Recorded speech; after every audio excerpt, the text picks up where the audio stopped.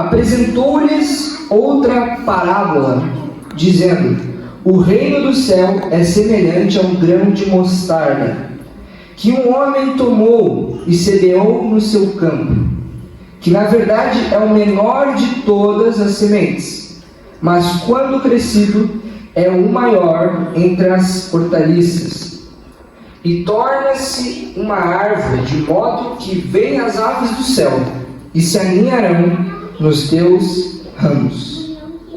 Amém, meus irmãos? Então a palavra nos fala que o reino do céu é semelhante a um grão de mostarda, que aparentemente ele é o menor entre as outras sementes, mas essa é a semente que Deus nos mandou plantar, a semente do reino de Deus. Mas assim como existem as sementes boas, existem também as sementes ruins, mas aparentemente elas não são ruins, elas trazem prazer para nós, elas são prazerosas, são boas, trazem prazer para a nossa carne. Que sementes são essas? São as do mundo, a que o mundo planta. Mas esta semente, muitas vezes a gente não se atenta para ela, porque ela é uma semente que é apenas momentânea. Aparentemente elas não são ruins, pelo prazer que elas trazem para a nossa carne, mas elas são apenas momentâneas. É essa semente que Deus nos mandou plantar? Não. A semente que Deus nos mandou plantar é a semente do reino. É a semente para o reino. Nós devemos semear para o reino. E nesse momento que nós estamos plantando para o reino, tem um momento que é processo que passa por nós. Por quê? Porque nós semeamos essa semente que Deus nos mandou plantar. E aí chega um momento que nós olhamos e nós não vemos o resultado que nós queríamos para ontem. Nós não vemos o resultado daquela semente germinar. E aí a gente já começa: Deus, o Senhor se esqueceu de mim. Deus, onde é que estão os teus planos? Eu estou aqui. E Deus foi falando comigo por meio dessa palavra, para que a gente se atentasse que existe um processo para nós passarmos. Existe um processo que a gente precisa passar. E Deus me fez me lembrar de Paulo e de Moisés. O processo de Paulo, antes de ele cumprir o seu propósito, que Deus tinha estipulado para a vida dele, ele teve que esperar 14 anos para cumprir esse propósito. Moisés, antes dele ser o libertador do povo hebreu do Egito, ele teve que passar 40 anos no deserto. O que isso é? Isso é um processo. É um processo que eles tiveram que passar para alcançar o propósito de Deus, da vida deles. E eu creio que Deus está querendo falar por Espírito, e eu estou seguindo aqui o esboço. Vou fechar aqui, irmãos. Eu vou seguir o que Deus está pedindo para eu falar. Irmãos, na minha vida, eu sempre tive um medo, que era perder meu pai. E meu pai olhava para mim quando eu estava: filho, vai ter vezes que eu não vou estar aqui. Vai ter um momento que eu não vou estar aqui. E eu me desesperava, começava a chorar. Falava: não, eu quero que tu esteja sempre comigo. Era um medo assim, não era um medo, como eu posso dizer, um medo de tropeçar e cair. Era um medo forte que eu tinha no meu coração, de perder o meu pai. E aí meu pai às vezes era convidado para pregar por uns amigos dele, e ele tinha que viajar de avião. E aí me desesperava com medo de perder meu pai. E como meus irmãos sabem, conhecem o meu testemunho e o testemunho da mãe, o pai veio falecer em 2020 por causa da Covid. E eu lembro que estava a Beth, estava a mãe. A Beth vestiu a máscara, vestiu uma luva e falou: o pai estava passando mal, e ela entrou assim: pastor, eu vou entrar. E o pai fala: não entra. E a Beth fala: eu vou entrar, eu preciso ajudar o senhor. E o pai, faltando ar, sem conseguir respirar, falava para ela: não entra.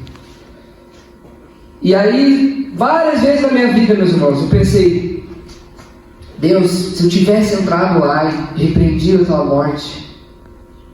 E eu ficava pensativo com isso, mas depois Deus mostrou para mim que era a hora dele ser levado. E aí, nesse momento, se não fosse por Deus na minha vida, eu acho que eu não sei se eu estaria aqui com os irmãos. Eu reconhecendo a minha fraqueza, reconhecendo as minhas falhas, eu tenho certeza que se não fosse Deus, nesse momento eu teria desistido de tudo, eu não estaria aqui. Mas pela graça de Deus, pela misericórdia de Deus, eu estou aqui com os irmãos. Estou louvando. Eu nunca esqueço, o pai olhava para mim e falava assim: canta esse louvorzinho, por favor. E eu não gostava de cantar. E ele pegava o violão, sentava na sala, falava: só canta um pouquinho, só o refrão desse hino. E eu não gosto. E é o maior arrependimento da minha vida. Não ter um momento que pudesse cantar 3 minutos com meu pai. Como eu queria 3 minutinhos só poder cantar com ele.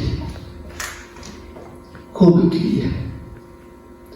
Irmãos, eu não sei se vocês têm pai. Vocês talvez pensem: pai, não dá a atenção que eu queria.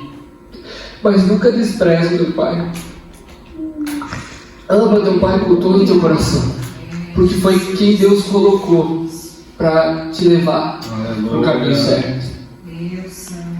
Eu nunca esqueço dos conselhos que meu pai me dava, dos momentos que eu errava, eu chegava para ele. Era meu melhor amigo, meus irmãos.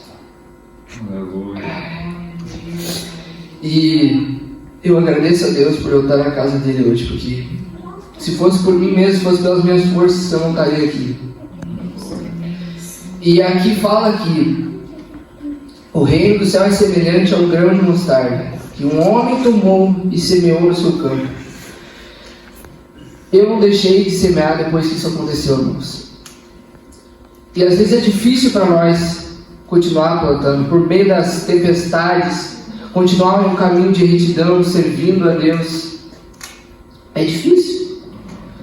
Eu sei, porque toda a juventude até agora que eu passei, muito complicado, irmãos. Só Deus que me deu vitória, graças a Ele. Mas é muito difícil a batalha que a gente passa. Os irmãos sabem. E nesse final de ano, eu costumo lembrar, né? Tudo que a gente viveu. E o que eu queria dizer, a mensagem que eu queria trazer para os jovens é: não pare de plantar o reino de Deus. Por mais que seja difícil, por mais que muitas vezes você não vai ter força para continuar ali plantando, às vezes as tuas lágrimas vão plantar aquela semente, vão fazer crescer aquela semente, mas não para. Não desiste da tua caminhada cristã. Não desiste daquilo que Deus tem para a tua vida. Não pare de caminhar. Eu nunca esqueço do meu pai. Ele orava assim e falava: eu ainda vou ver aquilo que Deus vai fazer na tua vida. Ele não pôde ver, irmãos. Meu pai chegava para mim às vezes e falava assim: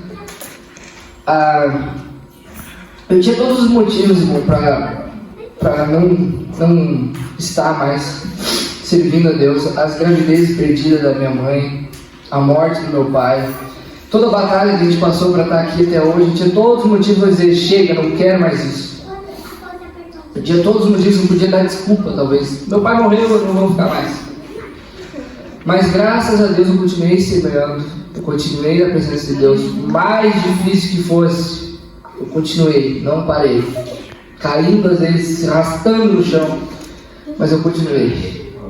Graças a Deus. Meu pai olhava para mim assim e dizia, depois que a mãe perdeu as gravidezes dela, as 2 gravidezes, olhou para mim assim, me abraçou chorando, dizia: tu vai dar muitos netos.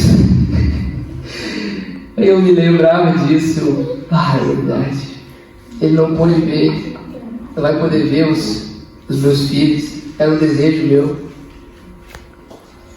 Mas eu já agradeço a Deus, porque agora ele está num lugar muito melhor. Com certeza, se eu pedisse para ele voltar, ele não ia querer. Eu agradeço a Deus por tudo. E nós temos também um exemplo aqui da nossa liderança, talvez alguns talvez não saibam. Nosso irmão Marcos, ele veio perder a sua mãe e o seu pai. E com certeza ele teve que continuar semeando no reino de Deus. Ele não pôde parar. Por mais que a batalha dele foi mais difícil do que eu passei. E ele está aqui hoje para a honra e glória do Senhor. Olha onde o irmão Marcos está, líder de jovens. Olha o que o Senhor fez na vida dele. Difícil? Foi, e muito. Montanhas que a gente tem que passar na nossa vida, batalhas que a gente tem que enfrentar, tem que lutar. E a gente tem que estar na presença de Deus. A gente não pode desistir, não pode parar. Tem que continuar.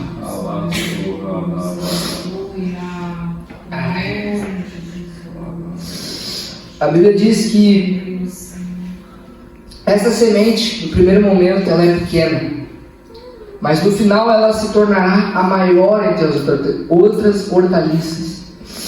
Que significa o que a gente vai receber, que é a nossa vida eterna. Às vezes nós estamos plantando para o reino de Deus, às vezes nós estamos ali semeando, continuando a caminhada. E por um minuto que seja, nós olhamos para os frutos das outras pessoas. Nós olhamos para o que os outros estão plantando, o que este mundo está plantando. E aí você olha, nossa, aquela semente cresce rapidinho, os frutos são saborosos, são bons. E você ali tendo que plantar sem ver o crescimento, olhando para trás e não ver nenhuma árvore se formando, e tendo que continuar. E assim como existem, como nós falamos aqui, Moisés e Paulo, que foi um processo que eles passaram para viver, existem aqueles que Deus está só esperando se posicionarem. E no estalar de Deus, Ele vai cumprir o projeto que tem para vir. Assim como existem aqueles que demoram anos para germinar a semente, existem aqueles que Deus está fazendo crescer cedo e está chamando para a sua obra. Então não se esqueçam, meus irmãos. Não se esqueça daquilo que Deus prometeu para ti. Não se esqueça das promessas que Deus fez para a tua vida. São muito maiores que este mundo pode te dar. São muitos, os caminhos que Deus tem para a minha vida e para a tua vida são muito maiores do que esse mundo pode traçar para você. Esse mundo pode te dar glórias, esse mundo pode te dar dinheiro, esse mundo pode te dar tudo que nos satisfaz. Mas se no final nós chegarmos e não recebermos a vida eterna, o que adiantou toda uma vida que eu tive dinheiro, que eu tive tudo o que eu precisava? De que adiantou? Meu pai, por ser missionário, ele teve que deixar quando jovem, ele teve que deixar a família, ele teve que deixar a empresa que ele trabalhava para viver aquilo que Deus tinha para ele.